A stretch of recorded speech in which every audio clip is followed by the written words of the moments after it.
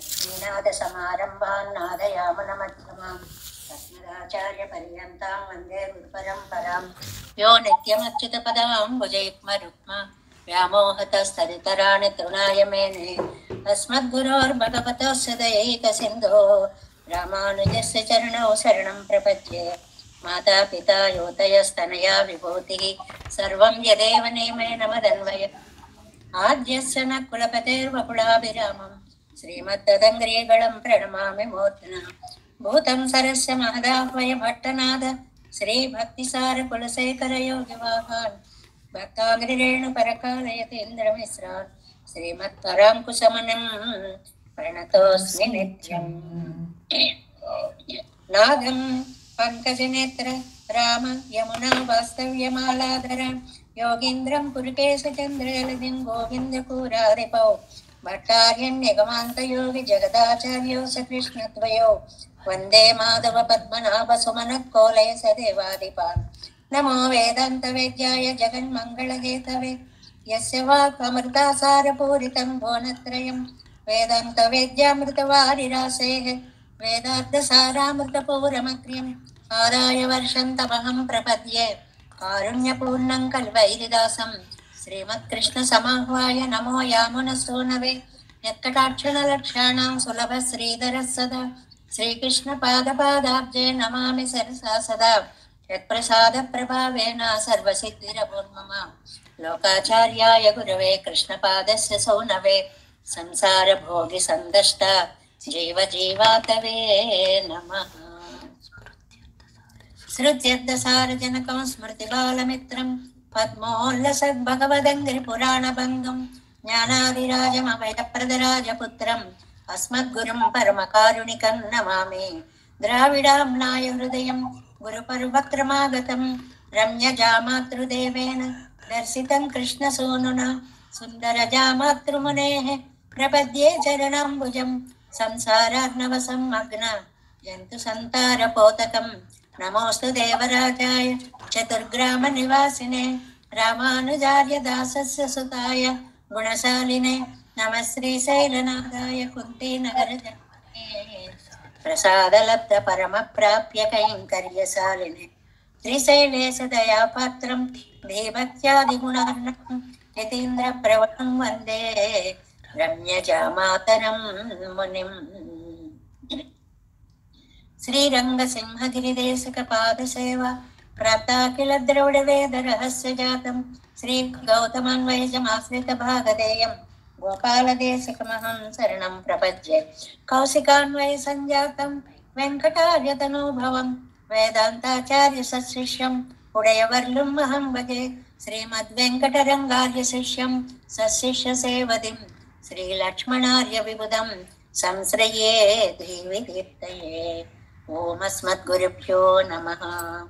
भक्तामृतं विश्वजनानुमोदनं सर्वार्धदं श्रीशतगोपवाङ्मयं सहस्रशाखोपनिषत्समागमं नमाम्यहं द्राविडवेदसागरं திருவழிதினாடென்னும் தென்குருகூர் என்னும் மறுவினியவன் பொருணலென்றும் அருமறைகள் அந்தாதி செய்தான் அடியினையே எப்பொழுதும் சிந்தியாய் நெஞ்சே தெளிந்தோ மனத்தாலும் வாயாலும் வன்குருகூர் பேணும் இனத்தாரை அல்லாதிரைஞ்சேன் தனத்தாலும் ஏதும் குறைவிலேன் எந்தை சடகோபன் பாதங்கள் யாம் உடைய பத்து ஏந்த பெருங்கீர்த்தி இராமானுசமுனிதன் ஆயந்த மலர் பாதம் வணங்குகின்றேன் ஆயந்த பெரும் சீரார் சடகோபன் செந்தமிழ் வேதந்தரிக்கும் பெயராத உள்ளம் பெறா வாங்கிகழன் சோலை மதிலரங்கள் வன்புகள் மேல் ஆன்ற தமிழ் மறைகள் ஆயிரமும் ஈன்ற முதல் தாய் சடகோபன் மயம்பாள் வளத்தைதத்தாய் இராமானுசன் மிக்க விரை நிலையும் மெய்யாமுயிர் நிலையும் தக்க நெறியும் தடையாகி தொக்கையிலும் ஊழ்வினையும் வாழ்வினையும் ஓதும் குருகையர் போன் யாழினிசை வேதத்தியல் நம்மாழ்வார் திவ்ய திருவடிகளே சரணம். எம்பெருமானார் திவ்ய திருவடிகளே சரணம். ஜீயர் திவ்ய திருவடிகளே சரணம். ఓం అస్మద్గురుభ్యో నమః. జై శ్రీమన్నారాయణ. భాగవత గోష్ఠికి దాసోహాలు సమర్పిస్తూ మనం నమ్మాళ్వార్లు అనుగ్రహించినటువంటి అత్యద్భుత దివ్య ప్రబంధాలలో సామవేద సారమైనటువంటి తిరువాయిమొഴി 1వ పది 5వ తిరువాయిమొഴിలో 5వ పాసురంలోకి ప్రవేశించాము అనేటువంటి. ఇక్కడ నమ్మాళ్వార్ల యొక్క ఆర్తి, ఈ దివ్య ప్రబంధం అంతా కూడా నమ్మాళ్వార్ల యొక్క భావన పరంపర ప్రవాహ రూపంగా ఎలాగ సాగింది అనేటువంటి దివ్యార్థాలని మనకి అందిస్తూ, మనకి తెలియనటువంటి ఎన్నో అత్యద్భుతమైనటువంటి వ్యాఖ్యాన విశేషాలన్నిటినీ కూడా నంబిళ్ళయ్య గారు మనకి అనుగ్రహిస్తున్నారు. ఎంతో అదృష్టవంతులను దానిని చదువుకునేటువంటి ప్రయత్నం చేస్తున్నాం మనం. అందులో ఇవాళ 5వ పాసురంలోకి వచ్చాము. ముందుగా పాసురాన్ని అనుసంధానం చేసుకుందాం. మానే నొక్కి మడవాళై మార్బిల్ కొండాయి మాధవా, పూనే సిదయ్య பொண்டை வெண்ணிறத்தில் தெரித்தாய் கோவிந்தா, வானார் சோதி மணிவண்ணா மதுசூதா நீ அருளாய், உன் தேனே மலரும் திருபாதம் சேருமாறுவினையேனே.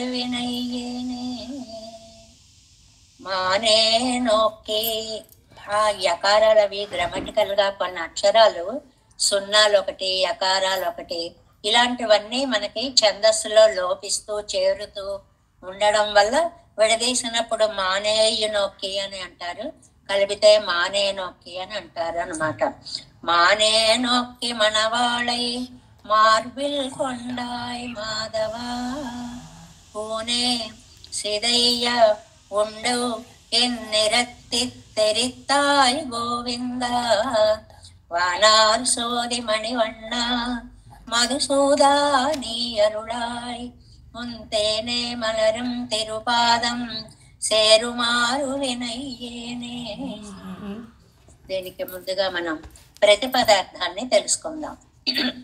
మానే నోక్కి మడవాళై, మానే నోక్కి మడవాళై, మానే నోక్కి లేడితో సమానమైన చూపులు అని అర్థం.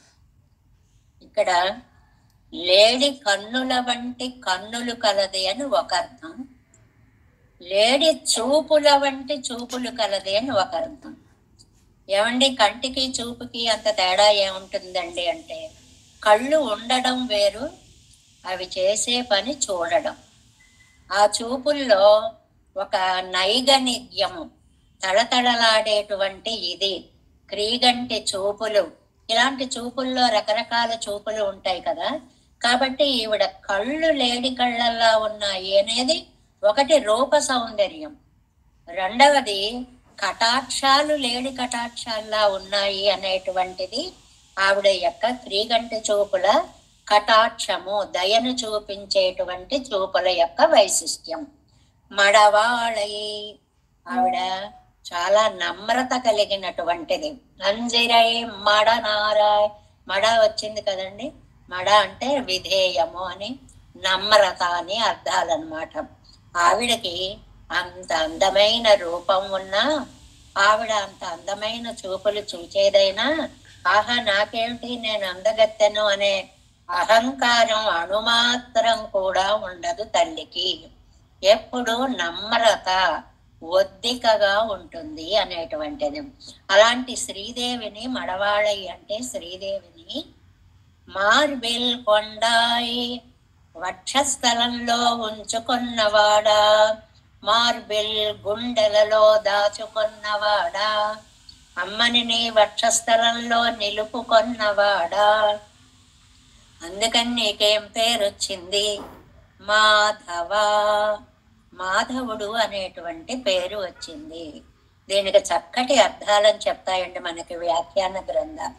ఒకటి మాయా ధవ మాధవ, లక్ష్మీదేవికి ప్రియుడు భర్త కాబట్టి మాధవుడు అనేటువంటి అర్థం ఒక రకంగా వచ్చింది. రెండవది మధోహో అపత్యం పుమాన్, అంటే ఆ వంశంలో మధువు అనేటువంటి మహానుభావుడు ఉన్నాడు, ఆయన వంశంలో ఈయన పుట్టాడు కాబట్టి అపత్యం పుమాన్ అంటే ఆ వంశంలో పుట్టిన సంతానము అన్నమాట. అందువల్ల మాధవుడయ్యాడు అనేటువంటిది రెండవ అర్థముగా వచ్చింది. ఇంకా మూడోది సాక్షాత్తు శ్రీకృష్ణ పరమాత్మే చెప్పుకున్నాడు. ఏమని? మౌనాత్ ధ్యానాచ్చ యోగాచ్చ మాధవేతి ప్రకీర్తిత. భారతంలో చెప్తాడనమాట. మౌనముగా ఉండడం వల్ల, యోగాన్ని చేస్తూ ఉండడం వల్ల, ధ్యానమూర్తినై ఉండడం వల్ల నాకు మాధవుడు అనేటువంటి పేరు వచ్చింది అని. ఇక్కడ మనకి పాసురంలో ఈ సందర్భంలో మొదటి అర్థాన్ని మనం తీసుకోవాలి. లక్ష్మీదేవిని గుండెలలో దాచుకున్నటువంటి మాధవ. కూనే సిదయ్యా, గూను పోగినట్లుగా. గూని గూని అని చెప్పి మనకి ఈ శరీరంలో అది మెడ దగ్గర రావచ్చు, వీపు మీద రావచ్చు. అవయవాలు సమంగా పెరగకపోవడం వల్ల ఏర్పడేటువంటి ఒక సంకుచితమైన దేహ భాగానికి గూని అనేటువంటి పేరు అన్నమాట. మనకి భారతంలో, భాగవతంలో కుబ్జ కనిపిస్తుంది. ఆవిడికి త్రివక్ర అని పేరు. త్రివక్ర అంటే తల వరకు ఒకలా ఉంటుంది, నడుం వరకు ఒకలా ఉంటుంది, కాళ్ళ నుంచి ఒకలా ఉంటుంది. 3 రకాలుగా శరీరం తిరిగి ఉంటుంది కాబట్టి త్రివక్ర అనేటువంటి పేరు వచ్చింది అన్నమాట. ఆ గూని పోయేలాగా సిదయ్య, సిదయ్య అంటే చితికేలాగా అని ఒక అర్థం ఉంది, నిమిరి అని ఒక అర్థం ఉంది. ప్రతి పదానికి కూడా వ్యాఖ్యానంలో మనకి చాలా చక్కటి సమన్వయాన్ని చూపిస్తారు. గూనె చక్కబడేలాగా అని ఒకటి, గూనెని నిమిరి అని ఒకటి, ఉండైవిల్ నిరత్తిల్, ఉండవిల్లు అని. అంటే చూడండి, మనకి ఈ ఒక కర్రకి చివర రబ్బర్ బ్యాండ్ లాంటిది కట్టి దానిలో బెడ్డల్ని రాళ్ళని పెట్టి పక్షుల్ని కొడుతూ ఉంటారే, దానిని ఉండవిల్లు అంటారన్నమాట. దానితోటి తెరిత్తాయి, ఆ గూనెని చక్కపరిచినటువంటి గోవింద, గోవిందుడా. స్వామికి గోవిందుడు అనేటువంటి అత్యద్భుతమైన నామం ఉంది. ఈ నామానికి కూడా ఈ పాసురంలో 2 అర్థాలు చెప్తారు. ఒకటి, గో శబ్దానికి భూమి అనే పేరు. గోవింద, భూమి మీద ప్రజలని రక్షించేవాడా అని, భూరక్షక అని ఒక అర్థము. రెండవది, గోవులను రక్షించేవాడా అని కృష్ణావతారార్థము ఒకటి. మొదటిది రామావతారార్థము, రెండవది కృష్ణావతార అర్థము అన్నమాట.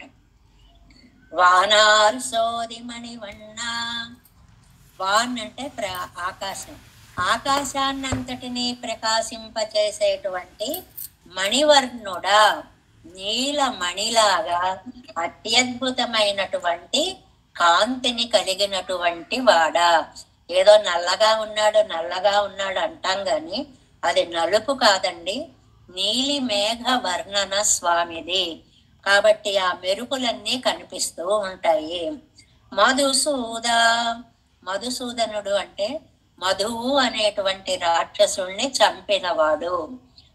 స్వామి మధు కైటబులు అనేటువంటి 2 రాక్షసులతో యుద్ధం చేస్తే, కాదు మేమే గెలవాలని వారంటే, సరే ఏదైనా ఒక వరం కోరుకోండి అంటే మేమే గెలవాలి అన్నారు.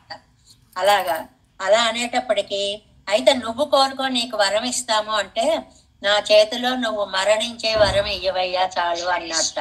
అలాగా ఆ మధు అనేటువంటి రాక్షసుణ్ణి చంపినటువంటి వాడు అని. ఇది ఏమిటంటే 2-3 రకాలుగా చెప్తారు కథలు.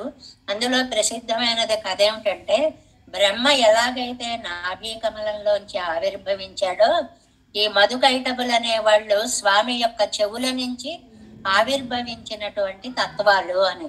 కాబట్టి వాళ్ళు కూడా సంతానప్రాయులే. అన్నదమ్ములు కొట్టుకుంటున్నట్లుగా ఈ మధుసూదనుడు మధువును కైటబుడును బ్రహ్మగారి మీకు మాట్లాడితే వెళ్ళి యుద్ధం చేస్తూ ఉంటే పాపం వేదాధ్యయన పరుడు కదండి బ్రహ్మగారు, నాన్న నన్ను వీళ్ళు చూడు ఏం చేస్తున్నారో అని స్వామికి చెప్తే అప్పుడు స్వామి వారిని లేకుండా చేశాడు కాబట్టి మధుసూదనుడు అనేటువంటి పేరు స్వామికి వచ్చింది అనేటువంటిది. ఓ మధుసూదన, నీ ఉన్ తేనె మలరం తెరుపాదం, నువ్వు నీ యొక్క తేనె లాంటి తేనెని స్రవించేలాంటి అద్భుతమైన దివ్యమైన పాదార విందాన్ని వినయ్యేన్ సేరుమారు అరుళాయ్, పాపిష్టివాణ్ణైన నేను చేరడం ఎప్పుడో చెప్పు. నీ దివ్యమైనటువంటి పాదాలని ఈ పాపిష్టివాడు ఎలా చేరగలడో చెప్పు అని ఈ పాసురంలో ఒకటి అమ్మని తలుచుకున్నారు, రెండు అమ్మని వక్షస్థలంలో ధరించిన మాధవుణ్ణి తలుచుకున్నారు, మూడు శ్రీరామచంద్రుణ్ణి శ్రీకృష్ణుణ్ణి తలుచుకున్నారు, నాలుగు కాంతి స్వరూపుడు అని వర్ణించారు, ఐదు మధుసూదనుడు అని చెప్పారు. అలాంటి నీ దివ్య పాదార విందాలలో ఉండే ఆ అత్యద్భుతమైనటువంటి తేనెను ఆస్వాదించే మధుర క్షణం నాకెప్పుడు ఎలా వస్తుందో నువ్వే చెప్పవలసినదే అని ప్రార్థించారు అనేటువంటి దాన్ని ఈ పాసురంలో మనం తెలుసుకుంటాం అన్నమాట.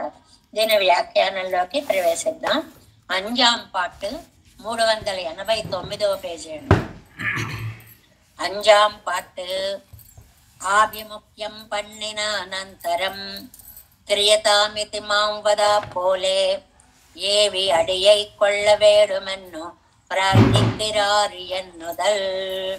ఆభిముఖ్యం పండిన తరువాత అంటే ఆయన వచ్చి, నీకు ఎందుకయ్యా అంత బెంగ, నేను ఏది కూడా భేదం చూపించకుండా అందరినీ నేను వాళ్ళగా త్రివిక్రమావతారంలో దగ్గరికి తీసుకున్నాను కదా అని చెప్పిన తర్వాత, అమ్మయ్య నా తండ్రి నన్ను విడువడు, తల్లిదండ్రుల పిల్లల్ని ఎక్కడైనా వదిలిపెడతారా, నేను వెళ్ళను, వెళ్ళలేని వాణ్ణయ్యాను, ముందుకు వెళ్ళలేని వాణ్ణయ్యాను, ఆగలేని వాణ్ణయ్యాను అని నిన్న మనం చెప్పుకున్నామే. అటు ఇటు కూడా పోకుండా అక్కడే ఆగిపోయారు అని. ఆభిముఖ్యము అని అంటే సరే అయితే నువ్వే రక్షిస్తావు కదా అని చెప్తుంటే, ఇవరు ఆభిముఖ్యం పన్నచ్చైదే, సరే అయ్యా నన్ను కటాక్షించు అన్నారు. అనేటప్పటికీ అవన్ ముఖం కాటాదే అల్పం విళంబిక, ఆయన వచ్చి కనపడడానికి అల్పం విళంబిక, కొంచెం ఆలస్యమైంది, కొంచెం ఆలస్యమైంది. ఏదైనా తొందరే ఆళ్వార్లకి. ఏమండి మీరు రానని దూరంగా వెళ్ళిపోయారా? వెళ్ళిపోయిన వాళ్ళని నేను రక్షిస్తానండి బాబోయ్ రండి అని పిలుచుకొచ్చానా? తీరా పిలుచుకొచ్చాక సరే అన్నారా? ఇప్పుడేమో నన్ను కటాక్షించని తొందర పెట్టేస్తారు ఏమిటండి అని అంటే, మనకి వ్యాఖ్యానాల్లో మిగిలిన చోట అంటారు, 4వ పాసురంకి 5వ పాసురంకి మధ్యలో నమ్మాళ్వార్ల మనస్సులో ఏం భావాలు వచ్చాయి అని. 4వ పాసురంలో ఏమన్నారండి అని, ఎం బెరుమానే వానోర్ పెరుమాన్ మామాయన్ వైగుందం ఎం బెరుమానే, అలాంటి మహానుభావుడు కదా, నిత్యసూరి నిర్వాహకుడు శ్రీయప్పతి నన్ను వదిలిపెట్టడు అని అంత ధైర్యంగా 4లో చెప్పి 5 దగ్గరకు వచ్చేటప్పటికి అరుళాయ్ అరుళాయ్ అరుళాయ్ కటాక్షించు అని ఏమిటండి ఆ 4కి 5కి మధ్యలో మీ మనస్సులో ఏమి జరిగింది అని అంటే, సరే కటాక్షిస్తానన్నావు, మరి అయితే కటాక్షిస్తాను అన్నవాడు వెంటనే కటాక్షించద్దా? స్వల్ప విలంబం అల్పం విళంబిక అంటారు. కొంచెం లేట్ అయింది అంతే, ఇంకా దాంతో భరించలేకపోతున్నారు. రా రా రా ఎప్పుడు వస్తాయని, నాయనా దయ చూపించవయ్యా తండ్రి, దయ చూపించవయ్యా తండ్రి, కనిపించవయ్యా తండ్రి అని అరుళాయ్ అరుళాయ్ అనేటువంటి మాటని మధుసూద నీ అరుళాయ్ తండ్రి నువ్వు అనుగ్రహించు అని ఇందులో అడుగుతున్నారు అని చెప్పి, నాదముల నుంచి నంబిళ్ళ వరకు వచ్చినటువంటి పెద్దలందరూ కూడా 4 దాకా ఉన్నటువంటి మానసిక ప్రవృత్తిని 5లో భరించలేక తొందరగా రా తొందరగా రా అంటున్నారు అని చెప్పి ఒక అందమైనటువంటి సమన్వయాన్ని మనకి చూపించారు అన్నమాట. మానే ఇత్యాది అరుళ విప్పారుం అరుగే ఉండాయిరుక్క ఎనక్కరుళాయన్ను ప్రార్థిక్క వేండుగిరదు ఎన్న. మళ్ళీ చక్కటి పూర్వపక్ష ప్రశ్నలు వేస్తారు. ఏమండి, మీరు పాసురంలో ఏం చెప్పారండి? మానే నోక్కి మడవాళై మార్బిల్ కొండాయి కేశవ. లేడి చూపులు కలిగినటువంటి లక్ష్మీదేవిని హృదయంలో పెట్టుకున్న కేశవుడా అని అమ్మతో ఉన్న స్వామిని కదండి మీరు పిలిచారు. సరిగ్గా ఆ మాటకన్నమాట ఇది. అరుళ్ విప్పారుం అరుగే ఉండాయిరుక్క. కనికరించి కటాక్షించేటువంటి తల్లి దగ్గరనే ఉండగా, ఆవిడక్కడే ఉంది కదా, గుండెల మీదే ఉంది కదా. ఎనక్కరుడాయన్నో ప్రార్థిక్క వేండుగరదన్నో, నన్ను నన్ను కటాక్షించు, నన్ను కటాక్షించు ఎందుకు అండం? ఆవిడక్కడే ఉంది కదా, ఆవిడ చూసుకుంటుంది కదా, మీకెందుకు అంత సంశయం? మానే నోక్కి మానే ఎంద నోక్కై ఉడయ్యళాయ్ ఏగై పొరుందుగై. ఒక లేడి కన్నుల వంటి అందమైన కన్నులు కలిగినటువంటి స్త్రీ. లేడి కళ్ళని నయన సౌందర్యానికి ఉదాహరణగా చెప్తూ ఉంటారు. పోలికలలో తీర్చిదిద్దినట్లుగా అందంగా ఉండేటువంటి కళ్ళని లేడి కళ్ళతో పోలుస్తారు. అలాగా బయటకి కంటి సౌందర్యాన్ని పోల్చడం ఒకటి, ఇందాక చెప్పుకున్నామే రూప సౌందర్యం పోల్చుకోవడం ఒకటి. మానోడొత్త నోక్కై కన్నై ఉళైగళాయి. ఆ కలిగినటువంటి స్త్రీ ఇక్కడ రూప సౌందర్యాన్ని గురించి చెప్తున్నారన్నమాట. మడవాళై ఆత్మగుణోపేతయ్యా ఇరుక్కర పెరియ పిరాట్టియారై. ఏమండి, కళ్ళు బాగుంటే బాగుండదు, రూపం బాగుంటే సరిపోదండి, లోపల గుణాలు కూడా బాగుండాలి మనిషికి. ఇది మనకి పాఠం అన్నమాట. ఏమిటి?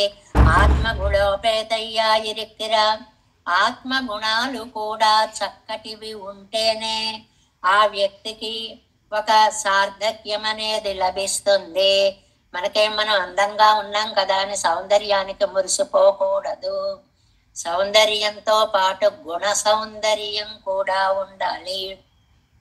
అలాంటి పెరియ పిరాట్టియారే కారియ పాడర కన్నాలే అవనై ఒరు కాల్ నోక్కినాల్.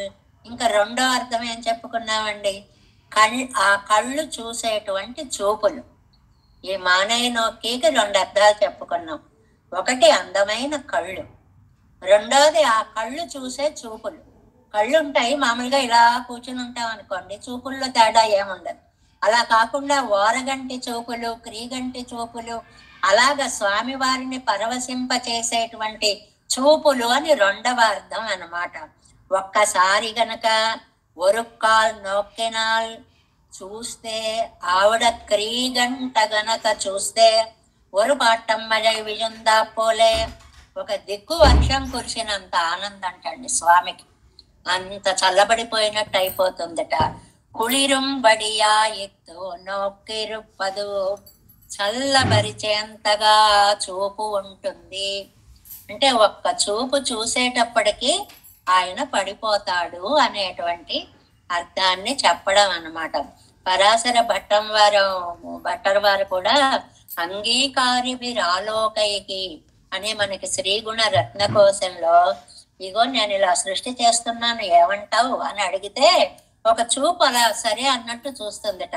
ఆలోకైకి అంగీకారిభి, చూపులతోటే అంగీకారాన్ని చెప్పినటువంటి తల్లి. నోరు కూడా విపక్కర్లేదు, సరే అన్నట్లు ఒకసారి కళ్ళు ఎగరేస్తుందట ఆవిడ అని ఒక అర్థము. అన్రిక్కే మడవాళ్ మడప్పమావదు తువక్షియాయ్ అవంతాన్ కన్నాలే ఇవళై నోక్కినాల్. ఆవిడ రెండో అర్థం చెప్తున్నారు. ఆవిడ తన అందమైన చూపుని ఒక్కసారి తనపై విసిరివేయగానే దైవ వండు తుదైంద ఎం పెణ్మయ్యంబు ఎంగిరపడియే. ఇది మనకి పెరియాళ్ళ వారు చెప్పినట్లుగా ఆ అందమైనటువంటి చూపుల ప్రవాహంలో నేను కొట్టుకుపోతున్నాను అన్నట్లుగా వండాలే ఆత్తసారమాన పూ పోలే ఆయెత్తు వాళ్ళు ఇరుప్పదు. ఆవిడ అలా చూస్తే ఆయన ఊరుకుంటాడండి? వెంటనే ఆయన కూడా ప్రతిస్పందన, ఆయన కూడా ఓ చూపు చూస్తాడు. తను చూస్తే పర్వాలేదుట, ఆయన చూసేటప్పటికి తల్లడిల్లిపోతుందిట ఆవిడ. మరి నువ్వు కూడా నీ చూపులతో ఆయన్ని తల్లడింప చేసావు కదా, ఆయన చూసేటప్పటికి నువ్వెందుకు ఇంతగా తల్లడిల్లిపోతున్నావు అని అంటే, వండాలే ఆత్తసారమాన పూ పోలే. ఒక పువ్వు నిండా మకరందం ఉంది. ఆ మకరందం మీద వచ్చి ఒక తుమ్మెద వాలింది.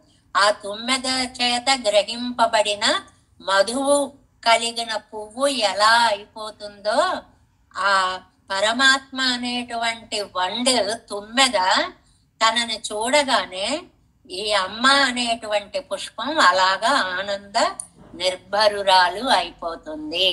అంటే పరస్పరము చూపులు కలుసుకున్నటువంటి వేళ అమ్మ పడేటువంటి తత్తరపాటుని ఇక్కడ చెప్పారు అన్నమాట. అలాంటి తల్లిని మార్బిల్ కొండాయ్ మాధవ, గుండెల మీద పెట్టుకున్న మాధవుడా. మా ధవ, మా అంటే లక్ష్మీదేవి, ధవుడా అంటే ఆవిడికి భర్త. మాధవ ఇక్కడ పేరు గురించి ఒక అందమైన మాట చెప్పారు. అందరికీ పేరులో శ్రీ అని ఉంటుంది అనుకోండి, గౌరవార్థం శ్రీ శ్రీ అంటాం అనుకోండి. శ్రీ అంటే సంపద ఉన్నవాడు అని అర్థం. ఆ సంపద ఉన్నవాడికే శ్రీ అని ఉండదు, ప్రతివాడికి పేరు. అంటే పేరున్నంత మాత్రాన ఆ అర్థం వాడి దగ్గర ఉండాలని ఎక్కడా లేదు. మనం లోకంలో చెప్పుకున్నామే, ఏదో విశాలాక్షి అని పేరు పెట్టారు అనుకోండి, పెద్ద పెద్ద కళ్ళుంటాయేమో అనుకోక్కర్లేదు, చింతాకంత కళ్ళే ఉన్నావిడవచ్చు, కానీ ఆవిడకి పేరు మాత్రం వాళ్ళు విశాలాక్షి అని పెట్టి ఉండొచ్చు. అలాగే సుగుణ అని పేరు పెట్టి ఉండొచ్చు, ఎన్నో దుర్గుణాలు ఉండొచ్చు. అందరికీ పేరుకి తగ్గ అర్థాలు రూపానికి కుదరవు. కానీ ఇక్కడికి వచ్చేటప్పటికి ఈవిడని గుండెల్లో పెట్టుకోవడం వల్ల మా ధవ, లక్ష్మికి భర్త అని పేరు సార్థకమైందంటండి. లోకంలో సార్థకం కాని పేర్లు ఎన్నో ఉంటాయని ఒక ఉదాహరణ చెప్తున్నారు. మాం పழத்தோடு ఓరు సంబంధం ఎన్నెక్కే ఇరిక్క చేయదే.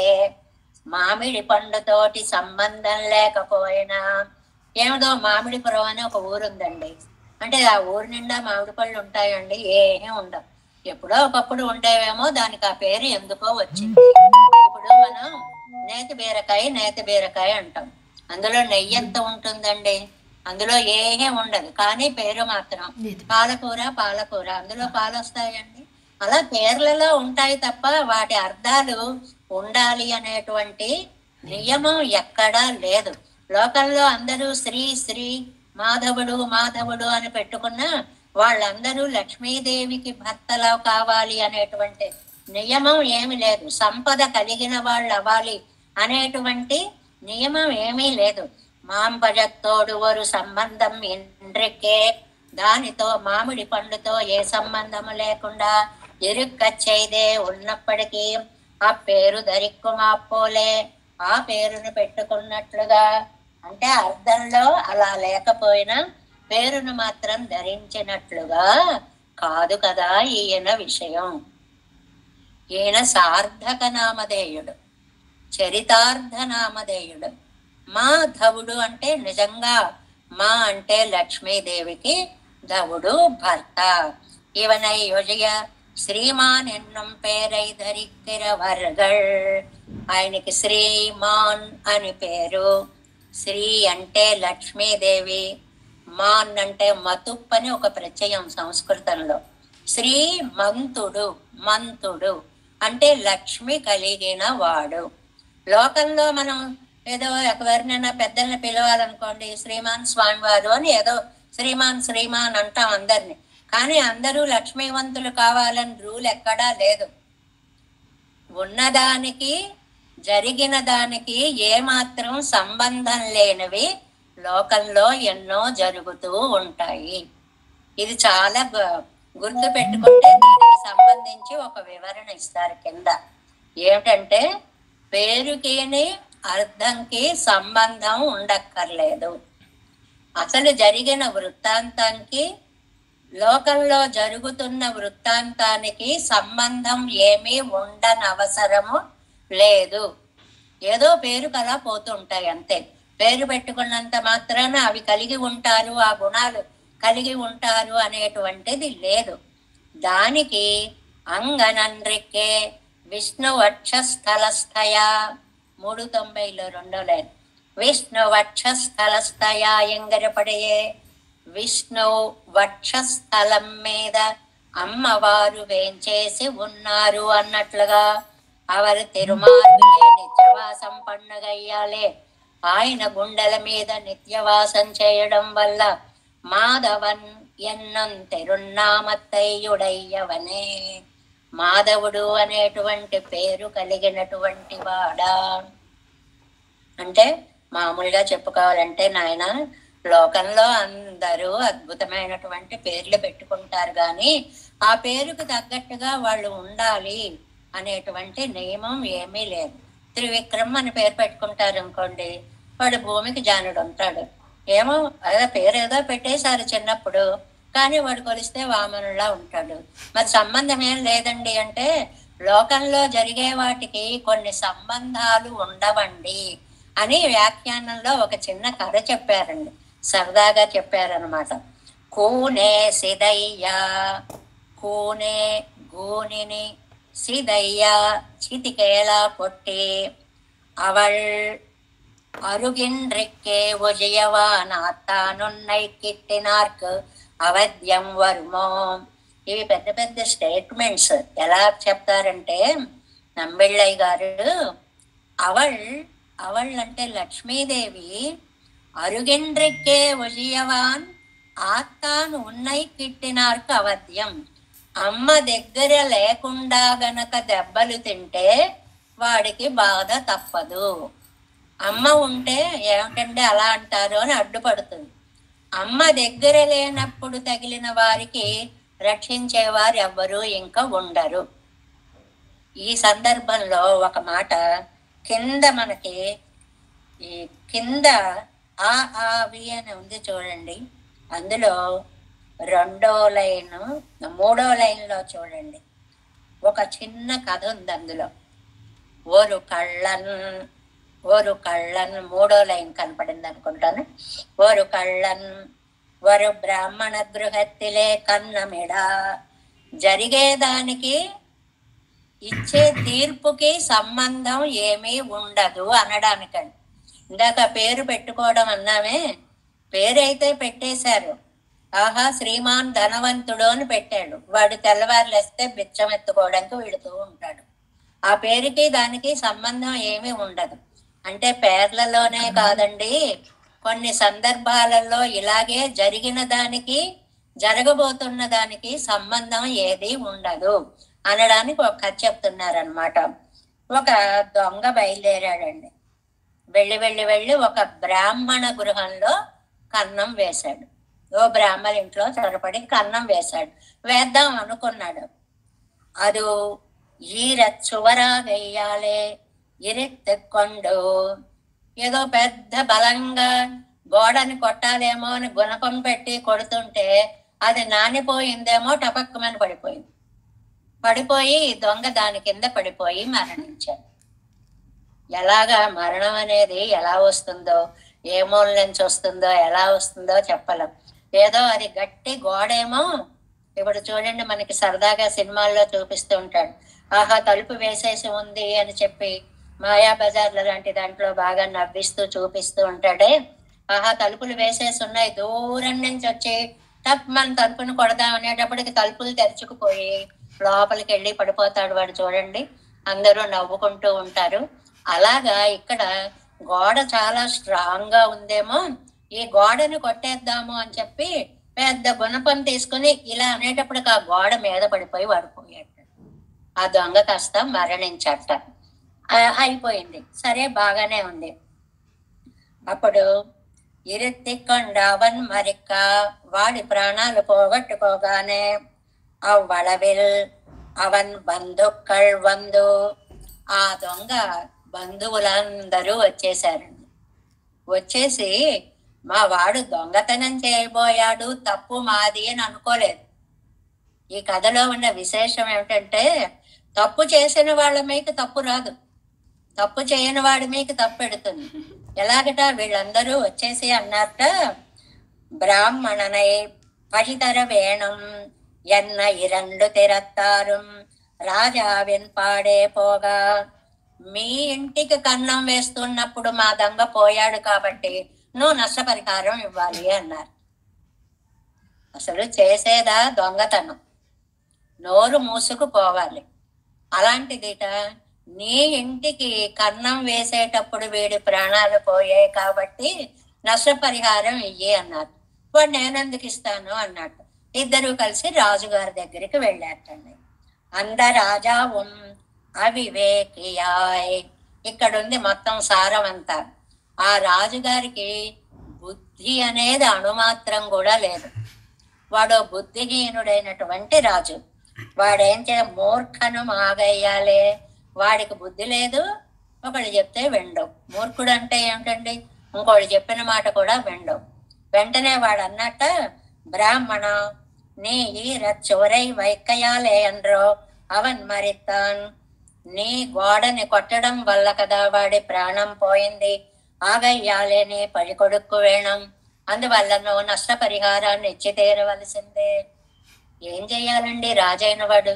అసలు నువ్వు దొంగతనంకి వెళ్ళడం ఏమిటి, అందులో ఒక బ్రాహ్మణోత్తముడి ఇంటికి వెళ్ళడం ఏమిటి అని దొంగని శిక్షించి వాళ్ళని నోరు మోయించి పంపించే ప్రయత్నం పోయి, నీ ఇంటికి కన్నం వేస్తుంటే గోడ కూలి మరణించాడు కాబట్టి నువ్వు వాడికి నష్టపరిహారం ఇవ్వాలి అన్నట్ట.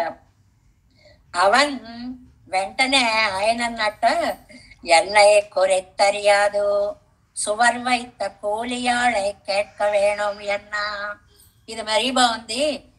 మా గోడ నేనేమన్నా కట్టానా ఏమిటి, కట్టినవాడు కూలివాడు, వాడు ఎలా కట్టాడో ఏమిటో అలా ఓటుగా ఉంది, పడిపోయింది, అందువల్ల ఆ నష్టపరిహారం ఏదో వాడిని అడిగి తీసుకోండి, నాకేం సంబంధం లేదు అన్న.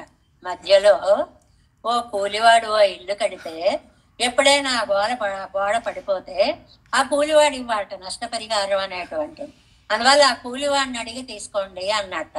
అంటే సంబంధం లేకపోవడం అనేది ఎలా పరంపరగా వచ్చిందో ఈ కథలో ఆలోచించండి అని. అవనై అజైతు వెంటనే కూలివాడిని పిలిచారు. పాపం పల్లెటూళ్ళు కొద్దిమందే ఉంటారు, ఈజీగా దొరుకుతారు. ఇప్పుడైతే ఏ రాష్ట్రాల నుంచి ఎవరు వచ్చారో, ఏది కట్టారో, ఏం వెళ్ళిపోయారో మనకేం తెలియదు. అక్కడ అలా కాదు కదా, దొరికాడు వెంటనే. నీ ఎండ్రో ఈ రచ్చువరు వైతాయి నీ పడి కొడుకు వేణం ఎన్న. ఇదిగో నువ్వు కదా ఈ గోడ కట్టావు, స్ట్రాంగ్ గా కట్టద్దా గోడ, కొంచెం అలా తడిసిపోతే పడిపోయేలా కట్టేస్తావా, కాబట్టి వీడి ప్రాణాలు పోయాయి కాబట్టి వీడికి నువ్వు నష్టపరిహారం ఇయ్యి అన్నట్ట ఆ కూలివాణ్ణి. అంటే వాడన్నట్ట, తన్నీరు వెడుగిరవన్ పోరవిట్టాన్ ఎన్నాచెయ్యలావదన్ ఎన్న. నేనేం చేస్తానండి, గోడ కడుతుంటే సిమెంటు అవన్నీ కలిపి, కంకర అన్నీ కలిపి నీరు పోసి తడుపుతాం. ఆ నీరు పోసేవాడు ఎక్కువ పోసేశాడు, అందువల్ల అది చాలా లూజ్ అయిపోయింది, దానికి నేనేం చెయ్యం, నీరు పోసిన వాడిని అడగండి, వాడిది తప్పు అన్నట్ట. ఇంకా రాజుక బ్రహ్మానందంట రాజుకి. ఆహా, ఒక్కొక్కళ్ళు ఎంత బాగా మాట్లాడుతున్నారు అనుకుంటున్నట్ట మూర్ఖపు రాజు. వెంటనే ఆ నీరు పోసిన వాడిని పిలిచారట. అవన అజైతు కేట్క వాణ్ణి పిలిచారు. వాడు ఆలోచించాడు, ఏమి తెలివితేటలు రా నాయన, మహారాజా పని చేయాల్సింది పోయి వాడిని పిలిపించి, వాడేమిటి అంటే కూలివాడిని పిలిచింది, కూలివాడి పిలిస్తే నీరు పోసి ఉరిమి విరిగి మంగళమ్మి పడిందని ఉరిమి నాక వచ్చింది, మధ్యలో ఈ గోలంతా నీళ్లు పోసి ఏదో 400 సంపాదించుకుపోదామని నేను వస్తే నా మీకొచ్చిందా ఈ గోలంతా అని అనుకుని అవనై అజత్తు కేట్క అవను కుసవన్ పెరుంబానయ్యై తందాన్ అదిలే అదినాలే నీరెత్తు ఎన్న. నేనేం చేయనండి, నాకు ఇచ్చిన కుండ పెద్దది, పెద్ద కుండతో నీరు పోస్తే ఎక్కువ పడి ఉంటాయి, చిన్న కుండ ఇస్తే చిన్నదాంతో పోసేవాడిని. అసలు లాజిక్ ఎక్కడైనా ఉందా చూడండి. పెద్ద కుండతో పోసినా చిన్నదానితో పోసినా అవసరం అంత నీరు పోయాలి అన్న మాట ఎగిరిపోయింది. ఎగిరిపోయి నాకు పెద్ద కుండ ఇచ్చాడు, పెద్ద కుండతో పోసాను, నా తప్పే ఉంది, కుండ ఇచ్చిన వాడిని అడగండి అని అన్నట్టు. పెరుమాన్ అయ్యై తందాన్ అదినాలే నీరు ఏరిత్తు ఎన్న. ఆ పెద్ద కుండ అవడం వల్ల నీళ్ళు ఎక్కువ పడ్డాయేమో, నా తప్పేం లేదు, కుండ తెచ్చిన వాడిని అడగండి అన్నట్ట వాడు. అవనయ్యడిత్తు కేట్క, వాణ్ణి పిలిచి అడిగాట. అవను ఎన్నాళ్ళు వందదండ్రు, ఇదిగో నా తప్పేమి లేదండి, ஒரு வேசை போக வரத்திருந்தாள் அவளை பார்க்கிற పరాకిల్ పానై పరుతదు ఎన్న. సరిగ్గా నేను ఇలాగా నీళ్లు పోద్దాము అని వచ్చే సమయంకి ఒక వేశ్య మా వీధిలో పెడుతోందండి. మరి ఆవిడ ఆ టైంకి వచ్చింది, నేనేం చేయను, నా దృష్టి అటుపోయింది. ఆ పోవడంలో ఇక్కడ నీరు ఎక్కువ పడిపోయిందేమో, ఆవిడ ఎందుకు వచ్చిందో అడగండి, తప్పంతా ఆవిడది, నన్నంటారేమిటి అని మధ్యలో ఆ వీధిలో వచ్చిన ఆవిడ గురించి అడగమన్నాడు. వీడు తప్పించేసుకున్నట్టు. అవళయ్యెత్తు కేక్క, సరే ఆ వేసను పిలిపించారటండి. అవళం ఎంట్రాలండ్రు, నన్నంటారేటండి మధ్యలో, వన్నాన్ ఉడైవై తారామయ్యాలే పోగా అరతిరిందేన్ ఎన్న. అవనై అడైత్తు కేక్క అవనం, నేనేం చేయనండి, నా బట్టలేమో చాకలి తీసుకువెళ్ళాడు, చాకలేమో ఉతికి మధ్యాహ్నంకి ఇచ్చేస్తానన్నాడు, వాడు ఇవ్వలేదు. సాయంత్రం అయ్యేటప్పటికి నాకు మంచి బట్టలు కావాలి నా వృత్తికి, మరి ఆ బట్టలు ఎందుకు తేలేదురా అని వాడిని అడుగుదామని నేను ఆ వీధిలోకి వచ్చాను. నా తప్పే ఉంది, బట్టలు తీసుకురాని చాకలి వాడిని అడగండి అందుకు. ఆహా, ఏం బాగుంది తల్లి, సరేలే ఆ వాడిని అడుగుదాము అని వెళ్ళాట. అవను ఎన్నాలండ్రు, ఆ చాకలి వాడు ఎంత బాగా చెప్పాడో చూడండి. తురయ్యిల్ కల్లిలే ఓ రమణన్ వందిరుందాన్ అవన్ పోగ విట్టు తప్ప వెండిత్తు ఎన్రాం. నేను రోజు బట్టలు ఉతికేది ఒక బండరాయి, పెద్ద రాయి ఉంది చెరువులో, ఆ రాతి మీదే ఉతుక్కుంటూ ఉంటాను నేను బట్టలు. అక్కడికి వెళ్ళేటప్పటికి ఒక సన్యాసి అక్కడ కూర్చుని ఉన్నాడు, వాడు లేచేదాకా నాకు బట్టలు ఉతుక్కోవడం అవ్వలేదు, వాడు అవతలికి పోయాక ఉతికి తీసుకురావడం వల్ల లేట్ అయింది. ఆ సన్యాసి అక్కడ ఎందుకు కూర్చున్నాడో అడగండి, వాడి తప్పు, నా రాత మీద వాడొచ్చి కూర్చోవడం ఏంటి, వాడిది తప్పు అన్నట్టు. అందవమనై తేడి పిడిత్తుకొండు వందు, వాడెక్కడున్నాడో ఆ ఊళ్ళో వెతుక్కొని తీసుకొచ్చారట. నీ ఎండ్రో ఇత్తనయ్యం సైదాయ్, ఇదిగో ఇంత జరగడానికి కారణం నువ్వు అని. చివరికి ఈ మంగళం ఎక్కడ విరుచుకుపడింది, ఆ సన్యాసి మీద పడింది. వెళ్ళి వెళ్ళి వెళ్ళి నే పడి కొడుక్క వేణం ఎన్నా, నువ్వు ఇవ్వాలి నష్టపరిహారం అంటే. అవన్ మౌనియాగయ్యాలే పేసాదిరిక్క, అక్కడ వచ్చింది కాలం కర్మ కలిసి రాకపోవడం. ఆయనేమో మౌని, ఎప్పుడూ మౌనంగా ఉంటాడు, నోరు విప్పడు, అందువల్ల ఆయన ఏం మాట్లాడలేదు. ఏం మాట్లాడకపోతే మనకు శాస్త్రం ఉందండి, మౌనం అర్ధాంగీకారం అని కదా. మౌనంగా ఉన్నాడంటే ఇష్టమే అని అర్థాన్ని తీసుకుంటూ ఉంటారు లోకంలో. ఈయన మాట్లాడలేదు కాబట్టి ఈయనదే తప్పని ఒప్పుకుంటున్నాడు. ఉన్మైక్కు తరమిల్లే ఎందరిక్కిరాన్ ఇవనే ఎల్లాం సైదాన్ ఎన్ను రాజా అవంతలయ్యరిందాన్. ఇదిగో వీడు మాట్లాడడం లేదు కాబట్టి వీడు తల తీసేయండి. మధ్యలో ఊళ్ళో ముష్టెత్తుకు బతికే సన్యాసి తలని తీసేశారు. ఆ పని ఏమి జరిగింది, ఏ ఫలితాన్ని ఇచ్చింది అనడానికి నంబిళ్ళయ్య గారు చెప్పినటువంటి అందమైనటువంటి ఒక కథ. ఇందులో దోషులు ఎవరు, కన్నం వేసిన వాడు అసలు దోషి, వాడు చేసేది దొంగతనం. కానీ ఒకళ్ళొకళ్ళు సుబ్రాహ్మణన్ సువరు వైతవన్ జలం వెట్టవన్ కుశవన్ వేశ్యై రజకన్ అమణన్, ఇలా ఒక్కొక్కళ్ళ మీదకి దోషాన్ని అలాగా మళ్ళించేస్తూ చిట్ట చివరికి అమాయకుడై భగవద్ధ్యానము చేసుకునేటువంటి ఒక సన్యాసి మీదకి ఈ దొంగతనం అంతా పోయి శిక్ష ఆ సన్యాసి అనుభవించాడు అన్నట్లుగా. మూర్ఖుడైన రాజు ఏ విచారము చేయకుండా ఎలా ప్రవర్తిస్తాడో సంబంధము లేనితనము అనేటువంటిది.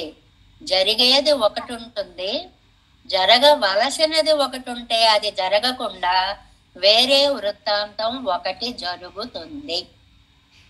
ఇక్కడ మనకి ఈ పాసురంలో ఏమిటండి అని అంటే, శ్రీ అనేటువంటి పేరు పెట్టుకున్నాడు, అదృష్టం కొద్దీ ఇక్కడ ఈయన శ్రీమంతుడయ్యాడు.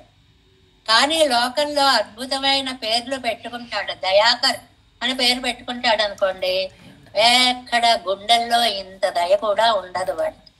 అలాంటివి సంబంధం లేనివి ఎన్నో జరుగుతూ ఉంటాయి.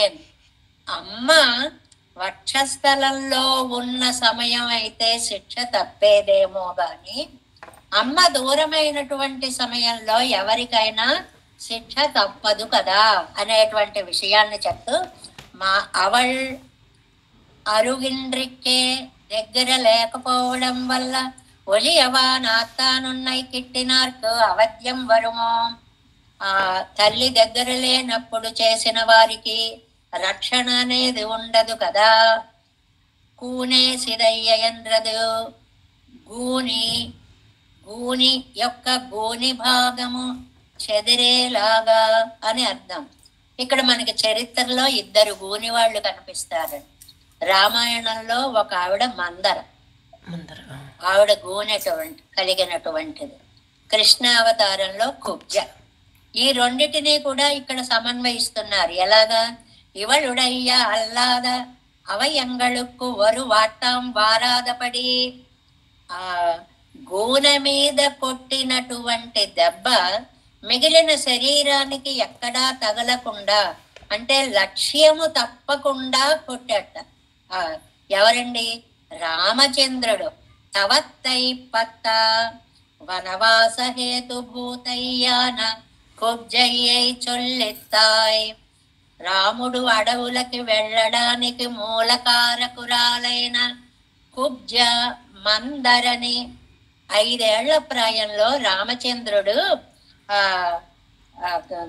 చివర మట్టి బెడ్డ పెట్టి దెబ్బలు కొట్టి పక్షుల్ని వాటిని ఎగరగొడుతూ ఉంటారు చూడండి. అలాంటిది ఒకటి వేసేటప్పటికి సరిగ్గా మందర గోనికి తగిలింది. ఆవిడ కక్ష కట్టేసింది అని మిగిలిన రామాయణాల్లో చెప్తారు. ఒక గూనావిడ అంటే మందర అని. ఆవిడికి ఆ కొట్టడంలో రాముడి యొక్క విలువిద్య పాటవం ఎంత గొప్పది అంటే, కూనే సిదయ్య గూని మధ్య భాగముకే తగిలేలాగా, అటు ఇటు పైన కింద తగిలితే ప్రాణాలు పోయినంత పని అవుతుంది. అలా అవలేదు, జాగ్రత్తగా ఆ గూని చల్లా చెదరైపోయి స్ట్రైట్ గా అయ్యేలాగా అని. మందరికి అవలేదండి. అది ఎందువల్లంటే ఆవిడ త్రివక్ర 3 వంకరలు కలిగినటువంటి ఆవిడ. ఈయన ఆడుకుంటుంటే ఏదో తగిలింది అని నంబిళ్ళయ్య గారికి రాముడు కొట్టాడు అంటే ఇష్టం ఉండదేమో బహుశా. అందుకోసమని అది పక్కన పెట్టి అది అలా ఉండగా ఇంకొకటి చెప్పారు చూడండి. బాల్యత్తిలే సుండవిర్కొండు తిరియానిర్క పెరుమాళ్ లీలా రసం అనుభవిస్తారు ఎండ్రు ఉండు అంటారు కొంతమంది. రాముడు కుబ్జని కొట్టాడు అంటారు కొంతమంది. కొంతమంది అంటారు అంటే నా ఉద్దేశంలో రాముడు అలా చేయడు, నమిళయ్య గారికి ఇష్టం లేదు అన్నమాట.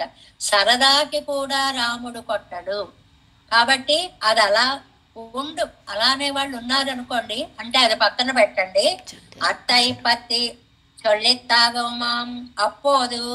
మరి ఏమండి, అలాగ ఒకవేళ రాముడే కొట్టాడు అని అనుకుంటే మీరు పాసురంలో మానైనొక్కి మడవాళై మార్బిల్ కొండాయ్ మాధవ కూనేసిదయ్య ఉండై విన్నరెత్తెత్తిల్ తెరెత్తాయ్ గోవింద.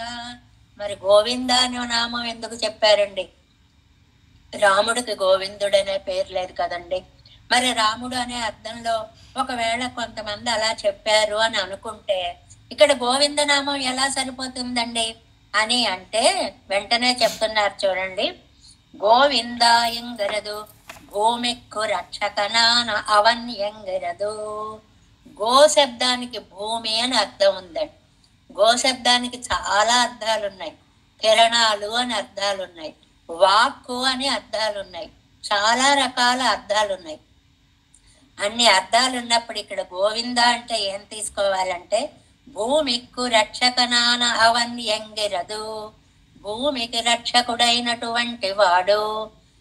గో అంటే భూమిని, వింద రక్షించేవాడు, భూరక్షకుడు, భూపాలకుడు, మహారాజు శ్రీరామచంద్రుడు అని అర్థం చెప్పుకోవాలి. అది కొంతమంది చెప్పిన మాటని మనం ఒప్పుకుంటే ఏమిటి, రాముడు చిన్న బెడ్డ వేసి మందరని కొట్టాడు అని.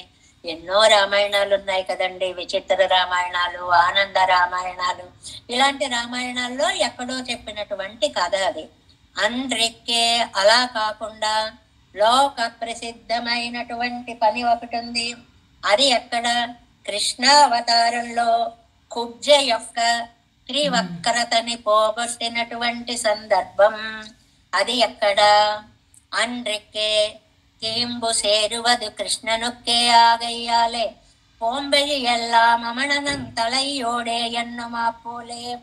ఇది ఇక్కడికి ఈ కథని లింకు చేసుకోమన్నారు. జరిగేదంతా సన్యాసి నెత్తిన పడినట్లన్నట్టుగా. అంటే ఇందాక కథ చెప్పుకున్నామే, పాపం ఏమీ చెయ్యనటువంటిది ఆ సన్యాసికి మధ్యలో ప్రాణాలు పోయినట్లుగా ఆ రాముడు కాదండి, కృష్ణుణ్ణి గురించి మనం తలుచుకొని ఈయన నెత్తిన వెయ్యాలి ఈ విషయాన్నంతటినీ కూడా. అవంతల ఇలే ఏరుట్టు చొల్లుదల్. అలాంటి అంటే రాముడు చేశాడు అంటే నంబిళ్ళయ్య గారికి ఇష్టం లేదు. అందువల్ల అది గోని అంటే కుబ్జ అనే చెప్పుకోవాలి అని చెప్పి కృష్ణుడి విషయంగానే సమర్థిస్తున్నారు అని. రాముడికి చెప్తే ఏమవుతుందండి, ఆ సన్యాసిని ఉరిదీసినట్లు రాముడేమిటి, ఆ బాణం తీసుకోవడం ఏమిటి, ఉండవిల్లు తీసుకోవడం ఏమిటి, దాంతో కొట్టడం ఏమిటి, అదేం సంబంధం లేని విషయం అండి. ఇందాక కథలో ఎలాగైతే సన్యాసికి సంబంధం లేదో అలా రాముడికి ఈ దోషం చేయడంలో సంబంధం ఉండి ఉండదు. మరి ఎవరు చేసి ఉంటారండి, కృష్ణ పరమాత్మే చేసి ఉంటాడు. లేదండి గోవింద అని శబ్దం వాడారండి.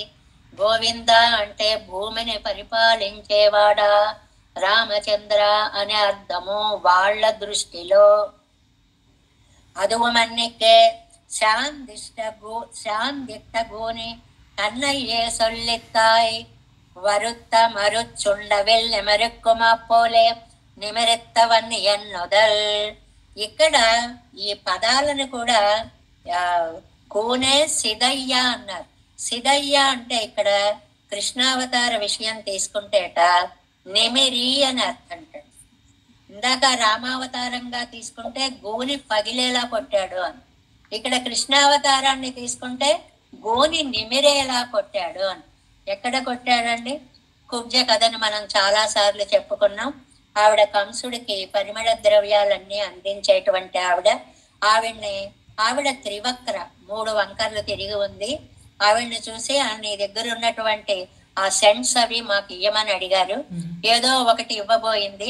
భాగవతంలో, సంస్కృత భాగవతంలో చాలా బాగా అర్థవంతమైనటువంటి పదాలు ప్రయోగాల గురించి చెప్తారు. సౌగంధ్యం, సౌగంధి అనేటువంటి పదాలను వాడుతూ రాజుగారికి ఇచ్చే సెంట్లు వేరు, మామూలు వాళ్ళకి అమ్మే సెంట్లు వేరు. ఏదో ఒకటి ఇచ్చింది ఆవిడ. ఇది కాదు, నువ్వు రాజార్హం, రాజుకి ఉపయోగించేటువంటి సెంటు నాకు ఇయ్యి అని అడిగారు. చివరికి అబ్బా మీకు ఎన్ని విషయాలు తెలుసా, ఇందులో ఎన్ని రకాలు ఉన్నాయని తెలుసా అని చెప్పి ఆవిడది ఇచ్చింది అని. ఆ ఇచ్చినప్పుడు ఆయన ఏం చేశాడు, తత్పదంబుల మీద తన పదంబులు త్రొక్కి, ఎంత పోతన గారు అద్భుతంగా చెప్తారండి. హస్తాంగుళద్వయము అబల గౌద క్రింద విప్పుగనిడి. ఆవిడ పాదాల మీద తన పాదాలు వేశాక ఈ చేతి 2 వేళ్ళు కూడా ఆవిడ గడ్డం కింద అలా పెట్టి పైకి అలాగా సాగదీశాట. కృష్ణుడు మీదికి ఎక్కిన వక్రతలెల్లమాని చక్కనైన చిత్తజన్ము బాణము క్రియ కొమరు మిగిలి పెరుదు కుచయుగంబు సొంపుసేయ తరుణి సుందరమూర్తియై కమల నయను చూచి కాంక్షతోడ. అంత అందంగా తయారైపోయిందండి ఆవిడ. ఎంత అద్భుతంగా తయారైందో. కుబ్జ నీకేం వరం కావాలో కోరుకో అన్నాడు. అమాయకురాలు మోక్షం కావాలి అని కోరుకోవడం తెలియదు ఆవిడికి. నీతో గడపాలనుంది అంది. సరేలే ఎప్పుడో వస్తాను, గడుపుతాను, ఇప్పుడు కాదన్నాడు అని భాగవత కథ మనకి చెప్తుంది. శాంతిష్ట కూని తన్నయ్యే సొల్లితాయ్ వరుత్తం మరచుండువిల్ నిమరిక్కుమా పోలే ఆవిడ యొక్క గూనిని సిదయ్య నిమిరి అలా ఒక్కసారి అనేటప్పటికీ అలాగా స్ట్రైట్ గా అయిపోయిందట. గూనెతనం అంతా ఎక్కడదక్కడ పోయిందటండి. అందాల బొమ్మలాగా మరుని రాణిలాగా తయారైందట ఆవిడ. ఎన్నుదల్ తెరిక్కయ్యాగిరదు క్రియయ్యై నిమిరిత్తా ఎండ్రపడి సరిదిద్దాడు చేతితో నిమిరి ఆవిడ గూనెని పోగొట్టినాయన. కృష్ణనుకు విల్లుండో పిన్నయ్యన్నెల్. ఇక్కడ మనకి వినేవాళ్ళకి 100 సందేహాలు వస్తాయి కదండి. ఏమండి, రాముడికైతే ధనస్సు ఉంది కానీ కృష్ణుడికి ధనస్సు ఉందండి అని. మనం కృష్ణాష్టకం చదివేటప్పుడు ఒక శ్లోకం చదువుతాను. శ్రీనికేతం మహేశ్వాసం కృష్ణం వందే జగద్గురుం. చాలా అపురూపమైన అర్థం. మహేశ్వాసుడు చాలా గొప్పదైన విల్లు కలిగినటువంటి వాడు. కృష్ణుడు కూడా చిన్నతనంలో వింటిని ప్రయోగించాడు అనేటువంటిది ఆ శ్రీమన్నారాయణ పరత్వాన్ని చాటేటువంటి విల్లుని తాను ప్రయోగించాడు అనేటువంటిది కృష్ణాష్టకంలో మనకి కనిపిస్తూ ఉంటుంది అన్నమాట. అలాగే కృష్ణుడు కూడా విల్లుంది. ఆ విల్లుతోటి ఒక్కసారి ఆ కుబ్జ యొక్క గోనిని నిమిరేటప్పటికీ ఆవిడ అందాల భరిణలాగా తయారైంది అని చెప్తూ వేలి కోల్బెట్టి విళయ్యాడు విల్లే తిరియుమిరే తరుమ మరియా కురుంబనై తంగై సార్గమదువే పోలియన్ను విల్లుండాగవే అరుళెచ్చైదు వైతాళిరే. ధర్మ స్థాపన కోసమని పరమాత్మ తాను ప్రయోగించే దాంట్లో పంచాయుధాలలో విల్లు కూడా ఒకటి ఉందని మనం పంచాయుధ స్తోత్రంలో చదువుకుంటున్నాము కదా. దానిని మహేశ్వాసం కృష్ణం వందే జగద్గురుం. అన్నీ సరిపోతాయి కానీ ఈ మహేశ్వాసం ఏమిటా అనుకుంటాం, మనకు అర్థం కాకపోతే. అత్యద్భుతమైనటువంటి ధనుస్సును పట్టుకెళ్ళారు. ధనుస్సుని పట్టుకున్నవాడు కాబట్టి ధనుర్యాగానికి వెళ్ళి అక్కడ రాక్షస సంహారము చేయగలిగిన వాడు, విల్లెక్కు పెట్టిన వాడు అని భాగవతం మనకి చెప్తుంది. మరి ఇక్కడ గోవింద, ఇందాక రాముడైతే గోవింద అంటే గో అంటే భూమండి, భూమిని పరిపాలించేవాడు కాబట్టి గోవిందుడు అన్నాడు. ఇక్కడ గోవింద అంటే తిరియక్కుగలోడం పొరందమవనల్లయ్యోని. అందరితోటి కూడా ఆవులని పశువులని కూడా చాలా ప్రేమగా కాపాడి అడవులలో తెప్పి తీసుకొచ్చిన వాడవు కాబట్టి గోవులని వింద రక్షించిన వాడు గోవిందుడు అని ఇక్కడ కృష్ణుడికి పేరు కదా. రాముడు అనుకుంటే భూమిని రక్షించిన వాడు గోవిందుడు. కృష్ణుడు అంటే గోవులని గోపాలులని కాపాడిన వాడు గోవిందుడు అన్నమాట. వానోర్ సోది మణవಣ್ణ అది కిడక్క భక్తానాం ఎన్నం వడివు పడయ్యాత్తన అత్తవనల్లయ్యో. వానోర్ సోది మనవಣ್ణ ఆకాశము నిండినటువంటి కాంతి అంటే ఈయన పరమపదంలో ఉన్నాడండి. అక్కడ కుప్పియుల్ మాణిక్యం పోలే త్రిపాద్ విభూతిలం అడంగాదే ఎమ్ముం బడియాయిత్తు వడివెల్ పొగరిరుపదు. ఎంత చక్కగా రాస్తారో వ్యాఖ్యానం.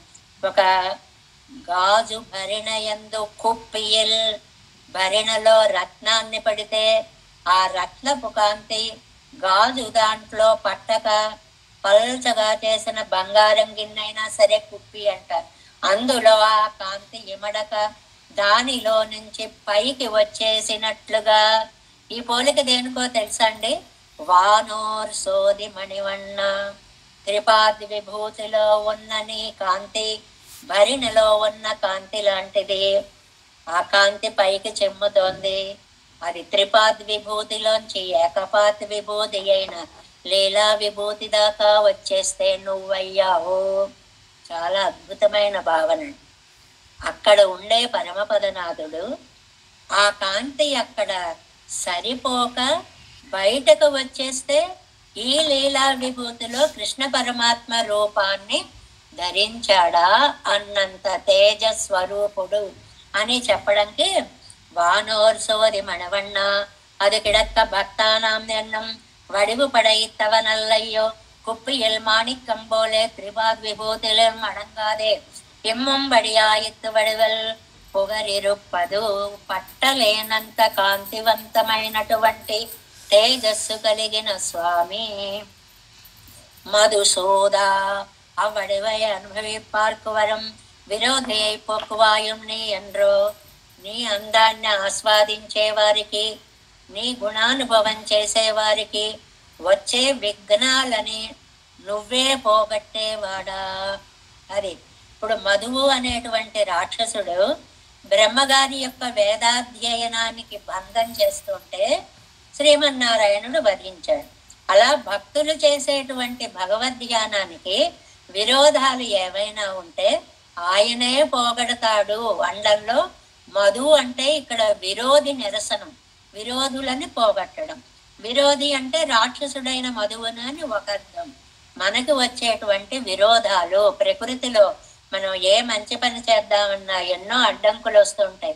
వాటన్నిటినీ కూడా పరమాత్మే పోగొడతాడు అనేటువంటిది అనమాట.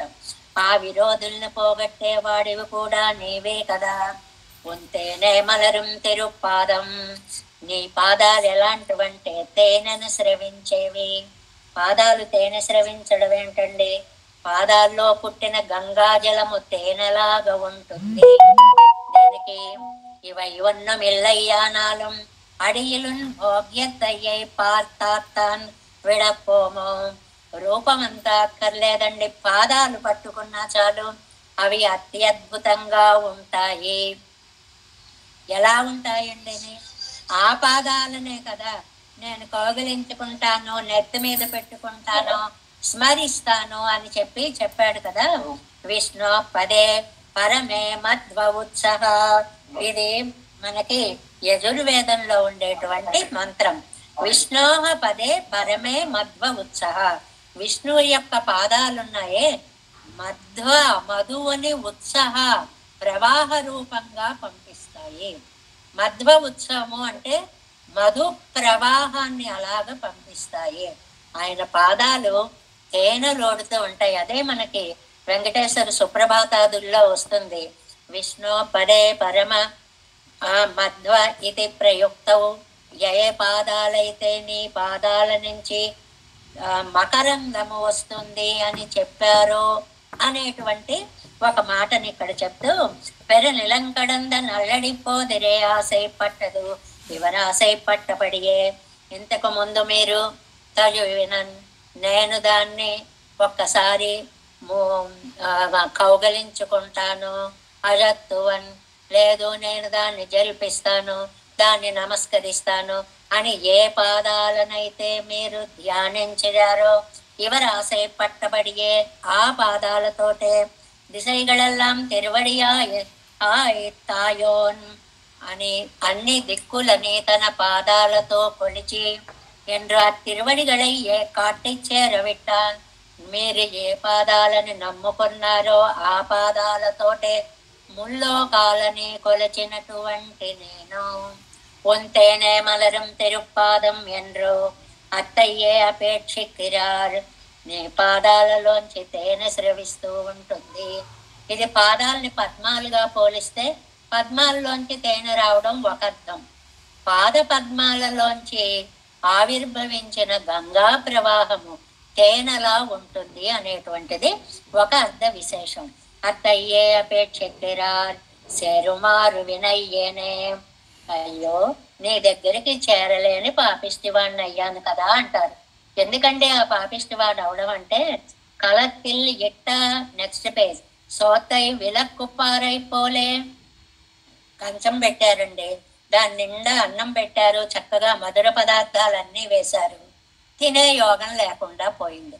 ఏదో ఆటంకం వచ్చింది.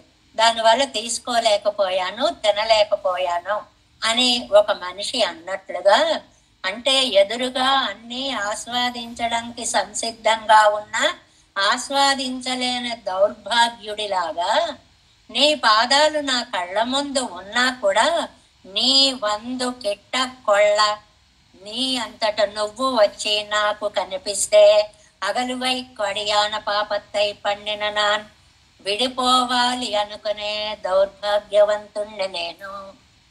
నువ్వే నా దగ్గరకు వచ్చినప్పుడు కూడా ఆహా వచ్చాయి అని ఆనందించకుండా, కంచంలో అన్నం ఉంది తినేద్దామని తినేయకుండా ఏదో అడ్డు వచ్చి పోయిన వాళ్ళలాగా నా పాపం అడ్డొచ్చి నేను నీ పాదాలను అనుభవించలేకపోతున్నాను. సేరుమారారుల వేణం, అలాంటి నన్ను నీ దగ్గర చేర్చుకోవడానికి నువ్వే కృప చూపించాలి. తామిసైంద పిన్బున్ కిడయ్యామయ్యాలే, పెరుమాళ్ళు దగ్గరకి వచ్చినా సరే కిడయ్యామయ్యాలే, చేరలేకపోవడం చేత వినయ్యేనంగిరార్, నేను చాలా పాపిష్టివాణ్ణి అంటున్నారు. అంటే ఈ పాసురంలో మనకి ఎన్ని అర్థాలు చెప్పారు చూడండి. పురుషకార స్వరూపిణి అయిన తల్లిని గురించి చెప్పారు. ఆ తల్లి నేత్ర సౌందర్యము చెప్పారు. ఆ తల్లి దృక్ సౌందర్యం అంటే ఆ కళ్ళు చూసేటువంటి చూపులు అని. అలాంటి చూపులు ఆవిడ చూసినప్పుడు తాను కూడా మళ్ళీ అలా చూస్తే ఆ తట్టుకోలేక తల్లడిల్లిన అమ్మ దగ్గర ఉండగానే, ఇక్కడ అటు మందరని కొట్టిన నాడు గాని ఇటు కుబ్జని కొట్టిన నాడు గాని ఏదైనా సరే పక్కన అమ్మ లేదు కదా అంటారు వ్యాఖ్యానాల్లో. ఎందుకంటే అప్పటికింకా సీతమ్మ వారితో వివాహం కాలేదు కాబట్టి అదేనా జరిగింది ఏమో. నంబిళ్ళయ్య గారు సరే అని ఒప్పుకోరు. ఏమో కొందరు అలా రాశారు. అది ఆ రాముడు అలా చేసేవాడు కాదు. రాముణ్ణి సరదాకి కూడా తప్పు పని చేసేవాళ్ళ భావించడానికి ఇష్టపడరు అన్నమాట. అలాగా కుబ్జని తీసుకున్నారు. కుబ్జని దగ్గరకు వచ్చేటప్పటికి కొట్టినా అనే అర్థం చెప్పకూడదు, నిమిరెనా అనే అర్థం చెప్పాలి అన్నారు. ఎందువల్లంటే ఆవిడ్ని అత్యద్భుత సౌందర్య రాశిగా తీర్చిదిద్దినటువంటి వాడు అన్నారు. మరి గోవింద అని పదం వేశారు. రాముడు అంటే ఎలా చెప్పుకోవాలి? లోక రక్షకుడు అని చెప్పుకోవాలి. మరి కుబ్జని అని చెప్పుకుంటే ఎలా చెప్పాలి అని అంటే ఆవులని మేపేటువంటి కృష్ణావతారంగా చెప్పుకోవాలి. నువ్వు ఎలాంటి వాడివి? నీ విభూతి ఐశ్వర్యము త్రిపాద విభూతిలో దాగక ఒక మణిని ఒక అందాల భరిణలో పెడితే ఆ కాంతి లోపల ఉండక పైకి వచ్చినట్లుగా త్రిపాద విభూతిలోని ఐశ్వర్యం సరిపోక ఏకపాత విభూతి దాకా ఇక్కడ దాకా కూడా ఆ కాంతి వ్యాపించి కృష్ణావతారుడిగా చేసింది అని చెప్పి వానౌర్సూరి మణివన్న అన్నారు. మధుసూదాని ఎందుకన్నారు? అడ్డు వచ్చినటువంటి రాక్షసుల్ని ఆయనే సంహరించినట్లుగా ఆయన్ని సేవించేటప్పుడు అడ్డు వచ్చేటప్పుడు విఘ్నాలని ఆయనే పోగొడతాడు. అలాంటి ఆయన పాదాలు ఎలా ఉంటాయి? తేనె మలరం తిరుపాదం సేరుమారు, నీ తేనెలు ఊరేటువంటి అత్యద్భుతమైనటువంటి పాదాలని చేరడాన్ని నువ్వు చెప్పాలి. వినయ్యేనే, అయ్యో నీ అంతట నువ్వు దగ్గరికి వచ్చినా కూడా నీ గొప్పతనాన్ని నేను తెలుసుకోలేక నిన్ను అనుభవించలేకపోతున్నాను. పేరు పెట్టుకున్న ప్రతి వాళ్ళకి ఆ పేరుకు తగ్గట్టుగా ఉండాలి అని లేదు. ఎందువల్లంటే తప్పు జరిగిన ప్రతి చోట తప్పు చేసిన వాళ్ళకే పనిష్మెంట్ ఉంటుంది అనేటువంటిది లేదు అనేటువంటిది ఒక చిన్న లౌకికమైనటువంటి కథతోటి చెప్పి స్వామి యొక్క అద్వితీయమైనటువంటివి మధు ఉత్స మధు ప్రవాహము లాంటి పాదాలు అనేటువంటి ఆ ఉపనిషత్ వాక్యంతో సమన్వయించి మనం ఎప్పుడూ గుర్తుంచుకోవాలి. వేదం తమిళ సైద మారన్, వేదాన్ని తమిళంలోకి తెచ్చిన నమ్మాళ్వార్లు. ఇక్కడ సరిగ్గా అదే విషయాన్ని ఇక్కడ తేనే మలరం తిరుపాదం విష్ణు పదే పరమ ఆ వేద వాక్యాన్ని అలా యాజిటీజ్గా తీసుకుని తేనే మలరం తిరుపాదం, దాన్ని సేరుమారు వినయ్యేనే, నేను ఎలా చేరుకుంటానో నన్ను కటాక్షించవలసినది. 4 దాకా ఆహా ఓహో అన్నారు. ఇప్పుడు కటాక్షించమని కాళ్ళ వేళ్ళ పడుతున్నారు ఏమిటండి అంటే, ఆయన భావ పరంపరలో అన్ని సిద్ధంగా ఉన్న అనుభవించలేని దౌర్భాగ్యాలు అడ్డుపడుతూ ఉంటాయి. అలాంటి దౌర్భాగ్యాలు లేకుండా నీ పాదాలను సేవించేటువంటి దివ్యానుభవాన్ని నాకు కలిగించవలసినది అని చెప్పి నమ్మాళ్వార్లు ఇక్కడ తొందరపడ్డారు అని నాదములను అనుగ్రహించిన అర్థాన్ని తిరువరణ్మాల్ సేనాయి మొదలి వాళ్ళందరూ చెప్పుకుంటూ వస్తే నంబెళ్ళై దాకా అర్థం వస్తే దాన్ని ఇక్కడికి మనకి చెప్పారు అని వ్యాఖ్యానంలో అద్భుతంగా సాయించారు. మానే నొక్కి మళవాడై మార్బిల్ కొండాయి మాధవ కూనే సిదయ్య உண்டை விண்ணிறத்தில் தெரித்தாய் கோவிந்தா வானார் சோதி மணிவண்ணா மதுசூதா நீ அருளாய் உன் தேனே மலரும் திருபாதம் சேருமாறு வினையேனே தேவேசம் கோலநாதம் நதகித மனசம் பத்மநாபம் ரமேశం లోకార్యం కృష్ణయుగ్మేన చ నిగమశిరోయోగి భట్టారకౌ చ గోవిందం కోరనాదేన చ సహ కురుకే సింధు సింధుం యతీంద్రం మాలాదృద్యమునార్యో మమ హృది నిదదే రామ పద్మాక్షనాదాం తిరువరుణ్మాల్ సేனை முதலீசடகோபன்னாதமணி சீருய்ய கொண்டார் மணக்காள் ரப்பி சங்கிராமாள வந்தார் குருமாராதரர் குருகை பிறார் கம்பாமெதிராஸ் கோவிந்தர் கோரேசர் பட்டர் வேதாந்தமணி இருகண்ணர் கம்புடைய நம்பிள்ளை இவர் ஈழளித்தற்கே எந்த மாதவர் பற்பனாவர் இவர் அருளாளர் திருவடியொன்றே தேவ பெருமாள் கை கொண்டருளும் திருமலை ஆழ்வார் பதங்கள் முன்னன்னுள் சேர்ந்தனவே. நமோஸ்து தேவராஜாய சதுர்கிராம நிவாசினே ராமானுஜார்ய தாசஸ்ய சுதாய குணசாலினே நம శ్రీశైలనాథాయ కుంతే నగర జన్మనే ప్రసాదలబ్ధ పరమ ప్రాప్య కైంకర్యసారిణే శ్రీశైలేశ దయాపాత్రం దేభక్త్యాది గుణార్ణవం యతీంద్ర ప్రవణం వందే రమ్యజామాతరం మునిం வாழி தெருவாய் மழிப்பருளே மாதவ வாழ்வாழும் மணவாள மாமனுவன் வாழியவன் மாறும் திருவாய் மழிப்பருளை மாநத்தோர் தேரும்படி உரைக்கும் சீர் శ్రీరంగ సింహగిరి దేశిక పాద సేవా ప్రాప్తాఖిల ద్రవిడ వేద రహస్య జాతం శ్రీ గౌతమాన్వైజమాశ్రిత భాగధేయం గోపాల దేశికమహం శరణం ప్రపద్యే కౌశికాన్వయ సంజాతం వెంకటార్య తనూభవం వేదాంతాచార్య సశిష్యం ఉడయవల్లుమహం భజే శ్రీమద్ వెంకటరంగార్య శిష్యం సశిష్య సేవదిం శ్రీ లక్ష్మణార్య విబుధం సంశ్రయే దీవిదిత్తయే. ఓం అస్మద్గురుభ్యో నమః. జై శ్రీమన్నారాయణ.